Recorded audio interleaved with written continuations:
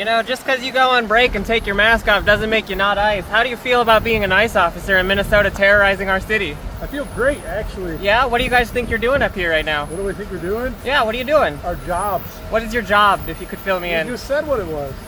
Terrorizing cities is your job? Looking for ICE. Yeah? What is ICE supposed to be doing up here? You keep obstructing me, you're going to get arrested. I just want you to know that. Really? Yeah? You sure about that? I know How am about I it. obstructing you? You Don't confused even. me. That's what I thought. One TikTok user claims to have found a maskless ICE agent in Minnesota, which is serving as ground zero for the administration. Excuse me, I have on my business that you guys. We're not inside that. Even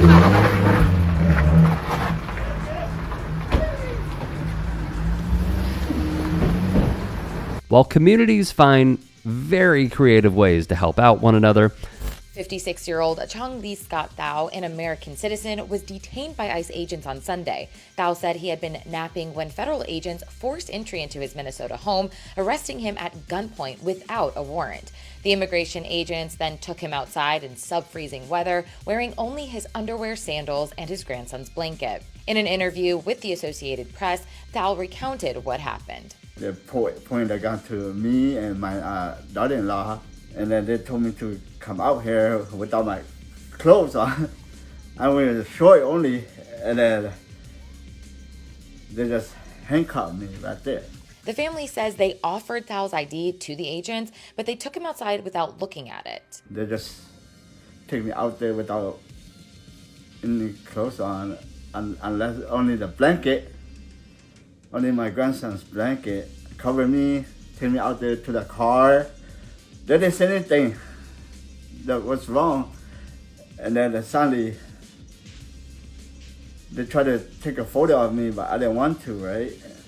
And then they drove me all the way to Minneapolis, I don't know where, and we stopped middle of nowhere.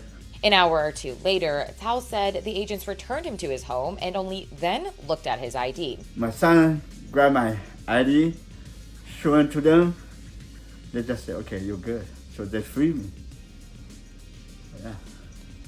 And they didn't say anything. They didn't say sorry or anything. They just, okay, you're good. They just left.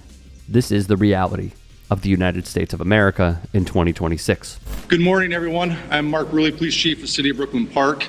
Behind me is a bunch of amazing police chiefs that are here in support of a very short but very important message that we want to share with you.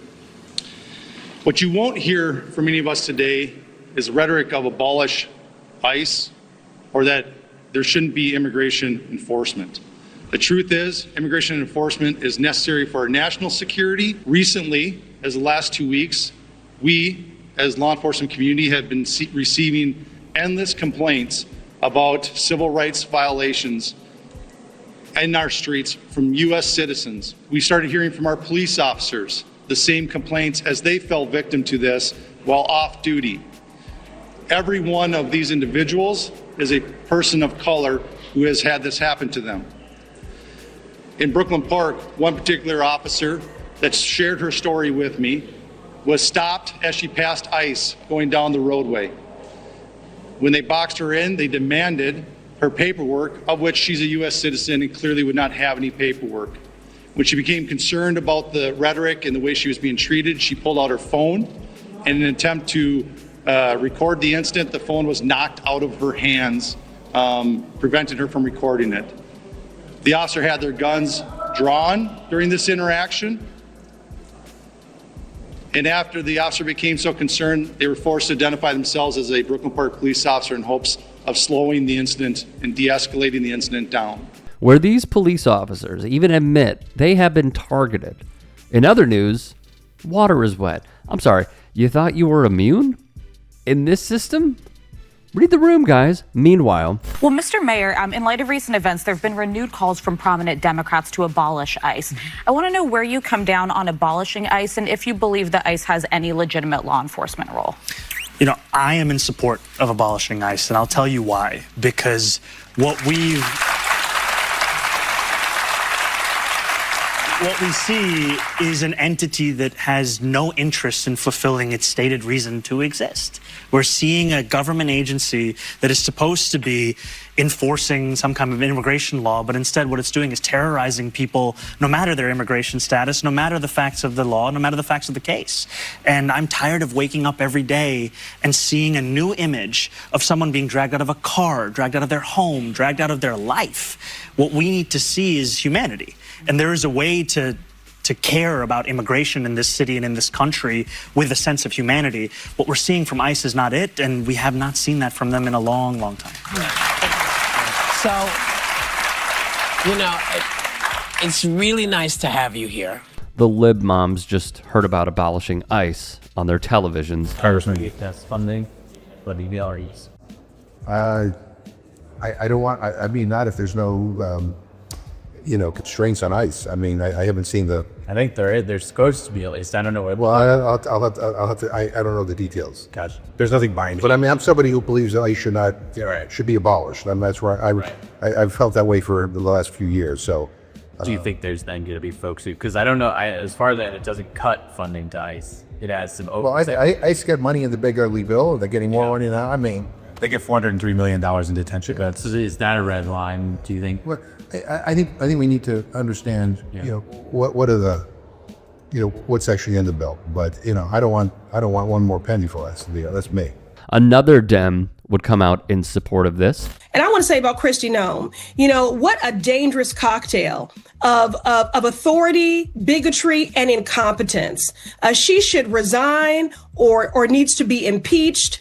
But she is a danger, and ICE is a threat and a danger to every person that calls this country home. And finally, this is why I've introduced the Qualified Immunity Abolition Act, because these federal officers must be held accountable. There can never be justice, because justice would mean that Renee Good would still be alive. It means that Keith Porter in California would still be alive. It means Silvario Gonzalez in Chicago would still be alive. There can never be justice, but there must be accountability. And in the same way that we have accountability for doctors when there's medical malpractice, or lawyers when there's negligence, there must be the same accountability for federal law enforcement when they act with callous disregard for human life. Fellow Massachusetts Dem Ayanna Pressley backs it too, writing in a tweet, "Abolish ICE, impeach Kristi Noem, end qualified immunity." I come from the most beautiful, blackest city in the country, the city of Detroit, where we birth movements.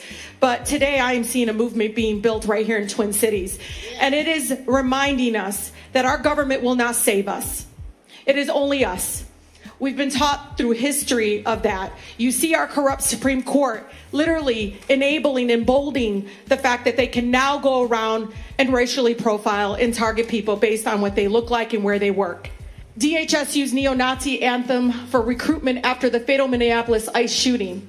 And the federal government is openly embracing white nationalist online content, including in the recruitment post after ICE agent Jonathan Ross, I'm going to say his name, killed Renee Good. DHS, Homeland Security's official Instagram, I don't know if you all know this, made a recruitment post. "We'll have our home again," attaching a song, same name by Pine Tree Riots. It's popularized in neo-Nazi spaces. The track features lines about reclaiming our home by, quote, blood or sweat, language often used in white nationalist calls for a race war. They use images like this. You can't see this to the directors, because I'm going to ask you, it says invasion here. It says America needs you to join ICE now. Look at this image. It is very clear what is intentionally happening here, and I want my colleagues to know this. In Southwest Detroit, where I was born and raised, we've been complaining about ICE since 2010. This is an agency that is reeked of this. And when Speaker Johnson, and Chair Jayapal knows, when Speaker Johnson says ICE is doing what it was created to do, remember this when the funding comes up next week. Rashida Tlaib, one of the best that the left has to offer, also wrote "Abolish ICE now" in a post on social media. Hey, I appreciate you watching. Now, if you can, please do become a channel member by going to youtube.com/TYTSports and clicking the join button. If that's too much for you, you can just go to tyt.com/join to become a member. It helps all of us out here at the Young Turks and keeps our network afloat. In addition, you could follow me on my socials on Twitter, Instagram, and TikTok. Appreciate the love. Have a great day.